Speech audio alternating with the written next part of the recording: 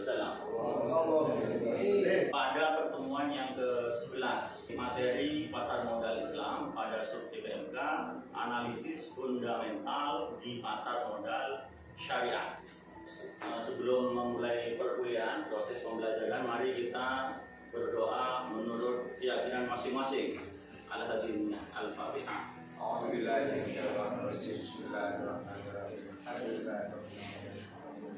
Baik teman-teman sekalian, untuk penugasan minggu kemarin ya, saya sudah cek dan bisa lihat di Google Classroom masing-masing terkait dengan review saya terhadap hasil atau penugasan Anda, dan nilainya itu sudah ada di Google Classroom. Setiap minggu itu ada penugasan, baik itu tugas terstruktur maupun tugas mandiri seperti itu. Untuk pertemuan kali ini kita menuju materi analisis fundamental di pasar modal syariah. Kali ini saya akan membahas salah satu metode analisis saham di pasar modal. Sebenarnya analisis saham di pasar modal syariah itu ada dua. Yang pertama fundamental, yang kedua teknikal. Jadi orang-orang atau investor yang fundamental itu disebut fundamentalis, kaum fundamentalis seperti itu. Yang jago analisa teknikal ya teknikalis. Yang jago fundamental itu investor legendaris dunia. Kalau di Indonesia, kira-kira ada yang tahu ya Indonesia, Pak ya? Saya Mas ya. Setahu saya kalau investor legendaris itu salah satunya diantaranya ada Lo Keng Hong. Ya, Lo Keng Hong. Kemudian ada juga Warren Buffett. Warren Buffett ya, Warren Buffett ya. Iya. Kemudian itu Carly Munger. Oke. Kemudian juga ada Peter Lynch dan lain-lain. Sip, termasuk wawasan Anda luas ya. Bisa mengetahui ini ya, investor kelas dunia. Nah itu mereka investor legendaris itu kayaknya dari saham. Uangnya banyak cuma miliaran seperti itu, tapi sudah triliunan. Iya. Terkait dengan analisis fundamental, mari kita simak berhubungan dengan sub CPMK-nya. Jadi sub CPMK-nya adalah memahami bagaimana analisis fundamental di pasar modal syariah. Makanya kita lihat video pembelajarannya akan saya tayangkan berikut.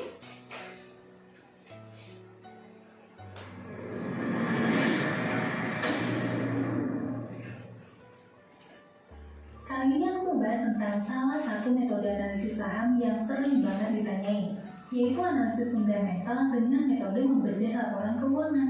Mungkin banyak di antara kamu yang tahu gitu ya, banyak investor legendaris kayak Lo Keng Hong, Charlie Munger, Warren Buffett, Peter Lynch, dan yang lain. Ada 8 hal yang perlu kamu cermatin ketika kamu tuh ngebedah laporan perusahaan. 8 poin inilah yang menurut kami itu perlu kamu cek untuk bisa paham sama kondisi perusahaan tersebut. Baik, demikian video pembelajaran terkait dengan analisis fundamental di pasar modal syariah. Yang berikutnya saya akan menjelaskan lebih lanjut terkait 8 aspek penting tersebut. Jadi dalam menganalisis analisis fundamental itu analisis yang terkait dengan analisis ekonomi, analisis industri, dan lain-lain. Cuma yang saya tekankan di sini adalah menganalisis kinerja perusahaan. Indikatornya apa kinerja perusahaan? Ya dari rasio-rasio keuangan yang ada di perusahaan. Sumbernya dari mana? Ya otomatis dari laporan keuangan. Laporan keuangan apa saja? Ini terkait dengan bahan kajian materi yang lain, terkait dengan manajemen keuangan ataupun terkait dengan akuntansi. Jadi ada kinerja keuangan di situ, indikatornya ada misalkan ROA, return on asset, return on equity, net profit margin, itu semuanya dianalisis di dalam analisis fundamental terkait dengan kinerja perusahaan seperti itu.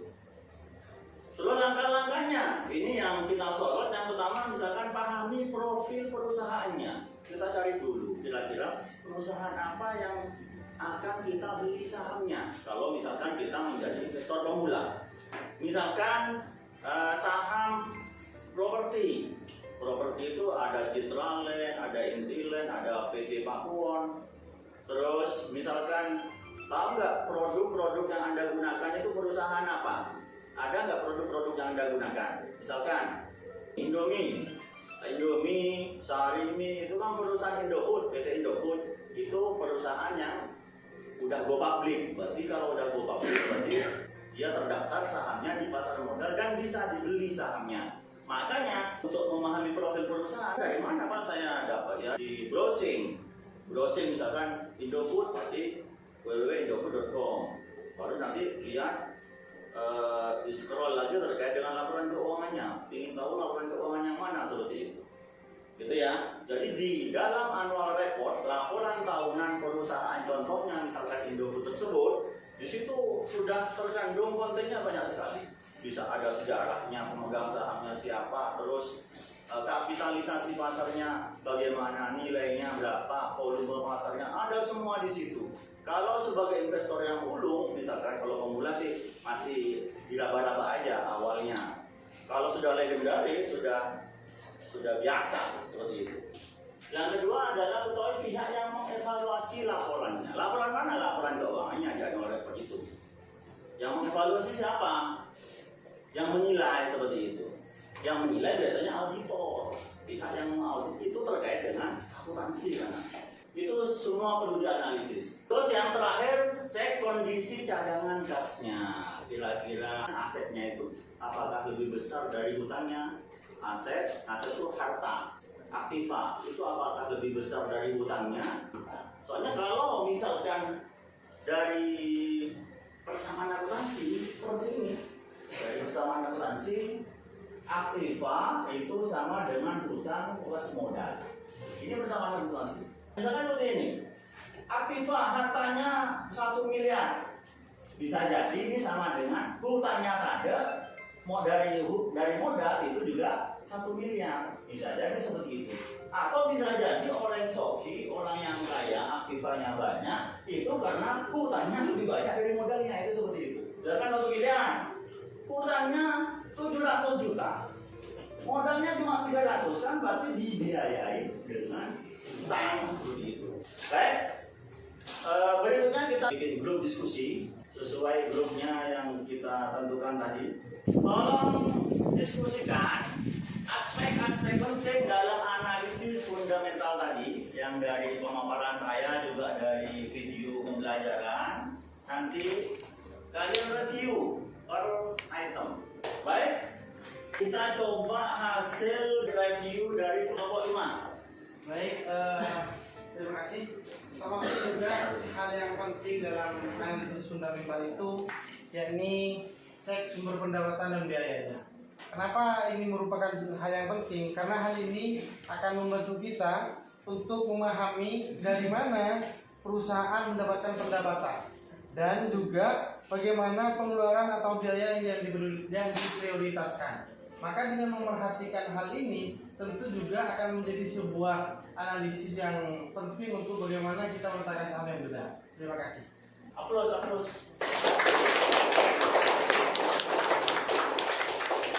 Terkait dengan materi analisis fundamental di pasar modal syariah, silakan kalian untuk memperkaya referensi dan nanti analisis kalian itu bisa lebih tajam lagi. Terus juga ada link artikel saya terkait dengan analisis fundamental yang langsung menyentuh ke teknisnya. Jadi misalkan pengaruh kinerja perusahaan terhadap harga saham dan seterusnya itu bisa dilihat di link artikel saya. Baik, yang berikutnya sebelum perkuliahan kita diakhiri, saya akan bertanya. Ini merupakan refleksi terkait dengan pemahaman kalian terhadap analisis fundamental di pasar modal. Pertanyaan saya ini terkait dengan materi yang dikaitkan dengan moderasi beragama. Kira-kira dengan memperhitungkan faktor-faktor seperti likuiditas, ini di kinerja keuangan ini, solvabilitas, likuiditas, ini adalah indikator di kinerja keuangan perusahaan.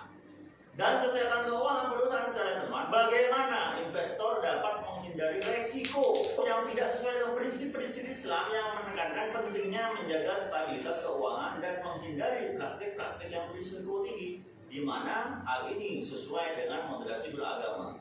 Tolong jelaskan secara singkat. Ya, silakan. Siapa? Pak, Ya, nama. Sebutkan namanya. Ya, ya silakan. nama saya Muhammad. Terus Ya. kami dari Oke, saya silakan.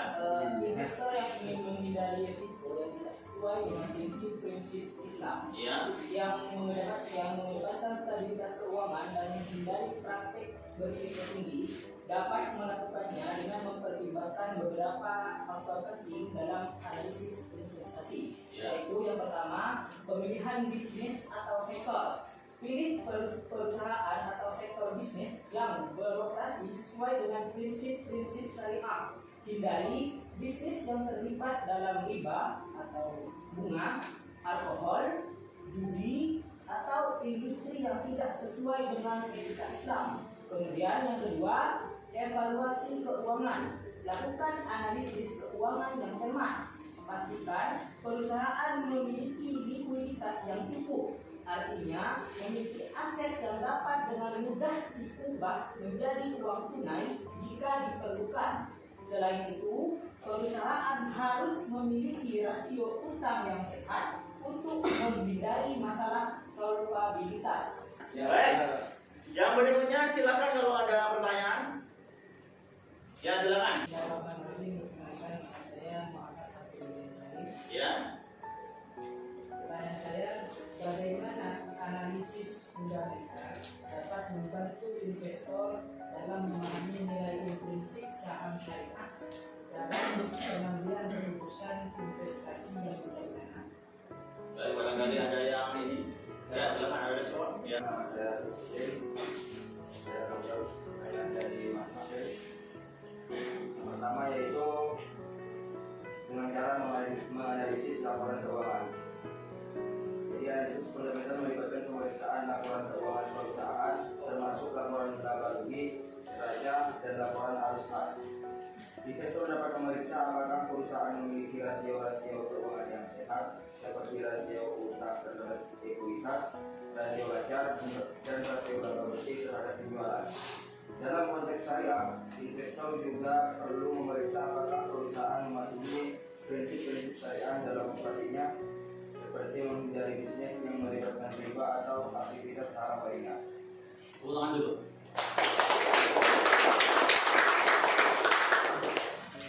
Coba saya review dari pertanyaan tadi. Tadi sekilas yang pertama dianalisis dulu laporan keuangannya, terus evaluasi kerja perusahaannya, dianalisis prospek pertumbuhannya, sehingga nantinya ketika kita misalkan selaku investor mau membeli saham itu nanti bisa meminimalisir terhadap resiko yang ada. Terakhir untuk tugas terstruktur. Ini penugasan kalian sama yang tadi yang direview sama kelompok, tolong dituliskan secara kelompok dan dikumpulkan di Google Classroom. Yang kedua, untuk ini ada pengabdian ya, melalui pendampingan terhadap BI, Galeri Investasi Komunitas Investor yang ada di Galeri Investasi Bursa Efek Indonesia Instika. Bagaimana misalkan seorang investor atau investor pemula mau membeli saham, terapkan terkait dengan analisis fundamental yang kalian pelajari tadi. Baik, jadi nanti tolong kumpulkan hasil dari pendampingan kalian pada kelompok itu ya di Google Classroom. Bisa dipahami ya? Ya. Sampai bertemu di pertemuan ke-12 terkait dengan materi analisis teknikal di pasar modal syariah. Terima kasih atas atensinya. Sebelum kita akhiri, kita berdoa semoga pertemuan kali ini manfaat dan barokah.